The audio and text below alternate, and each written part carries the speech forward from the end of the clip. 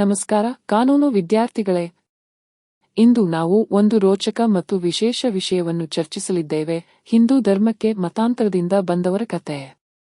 ಈ ಧರ್ಮದ ಸಾರ್ವತ್ರಿಕ ತತ್ವಗಳು ಜಗತ್ತಿನಾದ್ಯಂತ ಜನರನ್ನು ಆಕರ್ಷಿಸಿವೆ.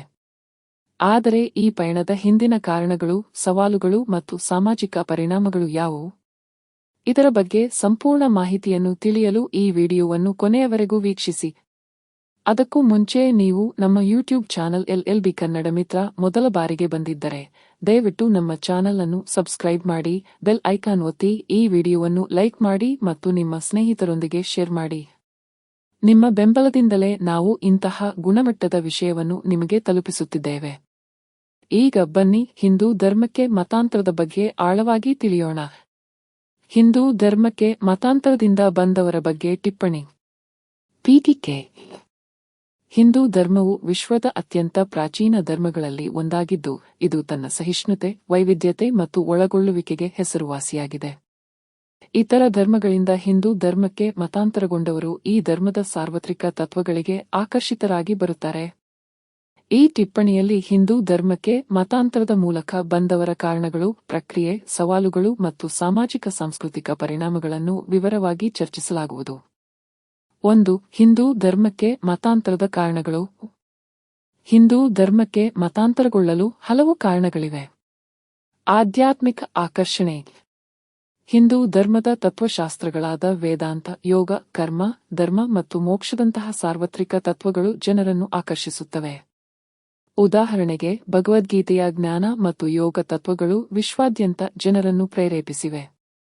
ವೈವಿಧ್ಯತೆ ಮತ್ತು ಸಹಿಷ್ಣುತೆ. ಹಿಂದೂ ಧರ್ಮವು ಬಹುದೇವತವಾದ, ಏಕದೇವತವಾದ ಮತ್ತು ಅದ್ವೈತ ತತ್ವಗಳನ್ನು ಒಳಗೊಂಡಿದ್ದು, ವಿವಿಧ ನಂಬಿಕೆಗಳನ್ನು ಸ್ವೀಕರಿಸುವ ಸ್ವಾತಂತ್ರ್ಯವನ್ನು ನೀಡುತ್ತದೆ. ಸಾಂಸ್ಕೃತಿಕ ಆಕರ್ಷಣೆ. ಭಾರತೀಯ ಸಂಸ್ಕೃತಿಯ ಆಚರಣೆಗಳು, ಉತ್ಸವಗಳು, ದೀಪಾವಳಿ, ಹೋಳಿ, ಸಂಗೀತ, ನೃತ್ಯ ಮತ್ತು ಕಲೆಗಳು ವಿದೇಶಿಯರನ್ನು ಆಕರ್ಷಿಸುತ್ತವೆ. ವೈಯಕ್ತಿಕ ಸಂಬಂಧಗಳು. ಭಾರತೀಯರೊಂದಿಗಿನ ವಿವಾಹ ಅಥವಾ ಸಾಮಾಜಿಕ ಸಂಪರ್ಕದಿಂದ ಕೆಲವರು ಹಿಂದೂ ಧರ್ಮವನ್ನು ಸ್ವೀಕರಿಸುತ್ತಾರೆ. ಪಾಶ್ಚಿಮಾತ್ಯ ಧರ್ಮಗಳಿಂದ ಭಿನ್ನತೆ. ಕೆಲವರು ತಮ್ಮ ಮೂಲ ಧರ್ಮದ ಕಟ್ಟುಪಾಡುಗಳಿಂದ ಬೇಸತ್ತು ಹಿಂದೂ ಧರ್ಮದ ಆಧ್ಯಾತ್ಮಿಕ ಸ್ವಾತಂತ್ರ್ಯಕ್ಕೆ ಆಕರ್ಷಿತರಾಗುತ್ತಾರೆ. 2. ಮತಾಂತರದ ಪ್ರಕ್ರಿಯೆ.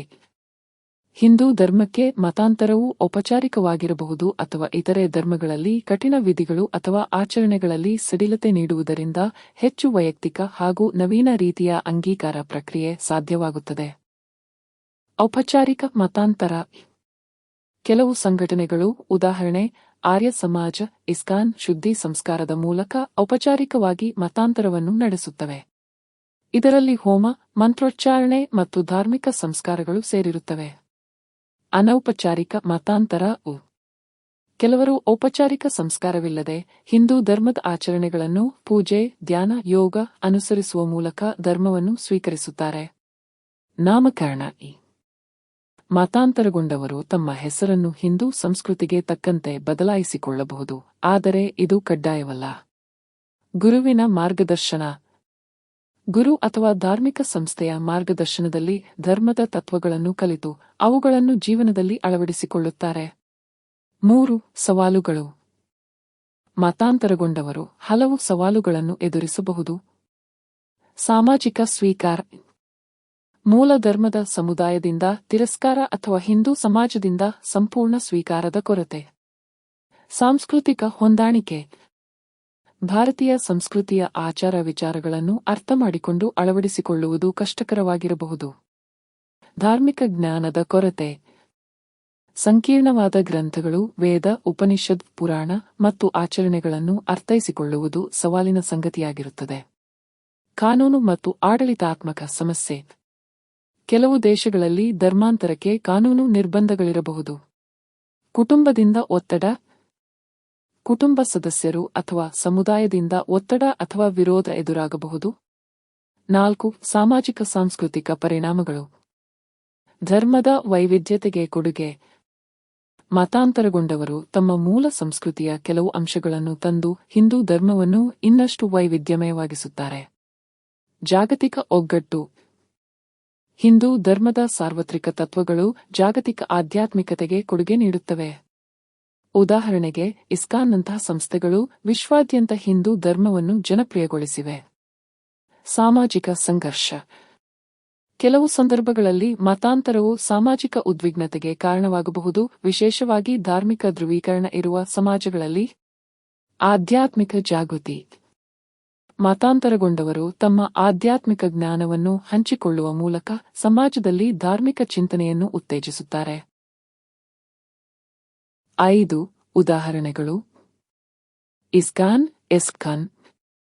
ಕೃಷ್ಣ ಭಕ್ತಿಯ ಮೂಲಕ ಅನೇಕ ವಿದೇಶಿಯರು ಹಿಂದೂ ಧರ್ಮಕ್ಕೆ ಸೇರಿಕೊಂಡಿದ್ದಾರೆ. ಪ್ರಸಿದ್ಧ ವ್ಯಕ್ತಿಗಳು: ಜಾರ್ಜ್ ಹ್ಯಾರಿಸನ್ ಬೀಟಲ್ಸ್ನ ಸದಸ್ಯ, ಜೂಲಿಯಾ ರಾಬರ್ಟ್ಸ್ನಂತಹವರು ಹಿಂದೂ ಧರ್ಮದ ತತ್ವಗಳಿಂದ ಆಕರ್ಷಿತರಾಗಿದ್ದಾರೆ. ಆರ್ಯ ಸಮಾಜ ಶುದ್ಧಿ ಆಂದೋಲನದ ಮೂಲಕ ಇತರ ಧರ್ಮಗಳಿಂದ ಹಿಂದೂ ಧರ್ಮಕ್ಕೆ ಮತಾಂತರಗೊಂಡವರಿಗೆ ಸಹಾಯ ಮಾಡಿದೆ. 6 ಕಾನೂನು ಮತ್ತು ಧಾರ್ಮಿಕ ದೃಷ್ಟಿಕೋನ.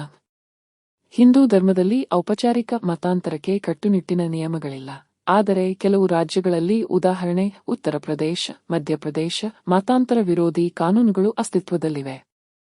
ಹಿಂದೂ ಧರ್ಮವು ಎಲ್ಲರನ್ನೂ ಸ್ವೀಕರಿಸುವ ತತ್ವವನ್ನು ಹೊಂದಿದ್ದು, ವಸುದೈವ ಕುಟುಂಬಕಂ ವಿಶ್ವವೇ ಒಂದು ಕುಟುಂಬ ಎಂಬ ತತ್ವವನ್ನು ಒತ್ತಿ ಹೇಳುತ್ತದೆ. ಉಪಸಂಹಾರ. ಹಿಂದೂ ಧರ್ಮಕ್ಕೆ ಮತಾಂತರವು ಆಧ್ಯಾತ್ಮಿಕ, ಸಾಂಸ್ಕೃತಿಕ ಮತ್ತು ವೈಯಕ್ತಿಕ ಕಾರಣಗಳಿಂದ ಪ್ರೇರಿತವಾಗಿದೆ. ಇದು ಧರ್ಮದ ಸಾರ್ವತ್ರಿಕತೆ ಮತ್ತು ಸಹಿಷ್ಣುತೆಯನ್ನು ತೋರಿಸುತ್ತದೆ, ಆದರೆ ಮತಾಂತರಗೊಂಡವರು ಸಾಮಾಜಿಕ ಮತ್ತು ಸಾಂಸ್ಕೃತಿಕ ಸವಾಲುಗಳನ್ನು ಎದುರಿಸಬಹುದು. ಈ ಪ್ರಕ್ರಿಯೆಯು ಹಿಂದೂ ಧರ್ಮದ ಜಾಗತಿಕ ವ್ಯಾಪ್ತಿಯನ್ನು ಹೆಚ್ಚಿಸಿದ್ದು, ವೈವಿಧ್ಯಮಯ ಸಮಾಜದ ನಿರ್ಮಾಣಕ್ಕೆ ಕೊಡುಗೆ ನೀಡಿದೆ. ಸರಿಯಾದ ಮಾರ್ಗದರ್ಶನ ಮತ್ತು ಸ್ವೀಕಾರದೊಂದಿಗೆ ಮತಾಂತರಗೊಂಡವರು ಹಿಂದೂ ಧರ್ಮದ ಸಂಪ್ರದಾಯಗಳನ್ನು ಯಶಸ್ವಿಯಾಗಿ ಅಳವಡಿಸಿಕೊಳ್ಳಬಹುದು. ಈ ಉತ್ತರವು 10 ಅಂಕಗಳ ಪ್ರಶ್ನೆಗೆ ಸೂಕ್ತವಾಗಿದ್ದು, ರಚನಾತ್ಮಕವಾಗಿ, ವಿವರವಾಗಿ ಮತ್ತು ಎಲ್ಲಾ ಪ್ರಮುಖ ಅಂಶಗಳನ್ನು ಒಳಗೊಂಡಿದೆ. ಸ್ನೇಹಿತರೆ, ಹಿಂದೂ ಧರ್ಮಕ್ಕೆ ಮತಾಂತರದ ಈ ರೋಚಕ ಕಥೆಯ ಬಗ್ಗೆ ತಿಳಿದುಕೊಂಡಿದ್ದೀರಾ? ಈ ವಿಷಯ ನಿಮಗೆ ಇಷ್ಟವಾದರೆ ದಯವಿಟ್ಟು ಈ ವಿಡಿಯೋಗೆ ತಕ್ಷಣವೇ ಲೈಕ್ ಮಾಡಿ. ಇಂತಹ ಆಸಕ್ತಿದಾಯಕ ಮತ್ತು ಜ್ಞಾನವರ್ಧಕ ವಿಷಯಗಳನ್ನು ಮಿಸ್ ಮಾಡದಿರಲು ನಮ್ಮ LLB ಕನ್ನಡ ಮಿತ್ರ ಚಾನೆಲ್ ಅನ್ನು ಸಬ್ಸ್ಕ್ರೈಬ್ ಮಾಡಿ, ಬೆಲ್ ಐಕಾನ್ ಒತ್ತಿ. ನಿಮ್ಮ ಸ್ನೇಹಿತರೊಂದಿಗೆ ಈ ವಿಡಿಯೋವನ್ನು ಶೇರ್ ಮಾಡಿ, ಒಟ್ಟಿಗೆ ಜ್ಞಾನವನ್ನು ಹಂಚಿಕೊಳ್ಳೋಣ. ಕಾಮೆಂಟ್ ಬಾಕ್ಸ್ನಲ್ಲಿ ನಿಮ್ಮ ಅಭಿಪ್ರಾಯವನ್ನು ತಿಳಿಸಿ ಮತ್ತು ಮುಂದಿನ ವಿಡಿಯೋದಲ್ಲಿ ಯಾವ ವಿಷಯವನ್ನು ಚರ್ಚಿಸಬೇಕೆಂದು ಸೂಚಿಸಿ. ಮತ್ತೆ ಭೇಟಿಯಾಗೋಣ. ತನಕ ನಮಸ್ಕಾರ.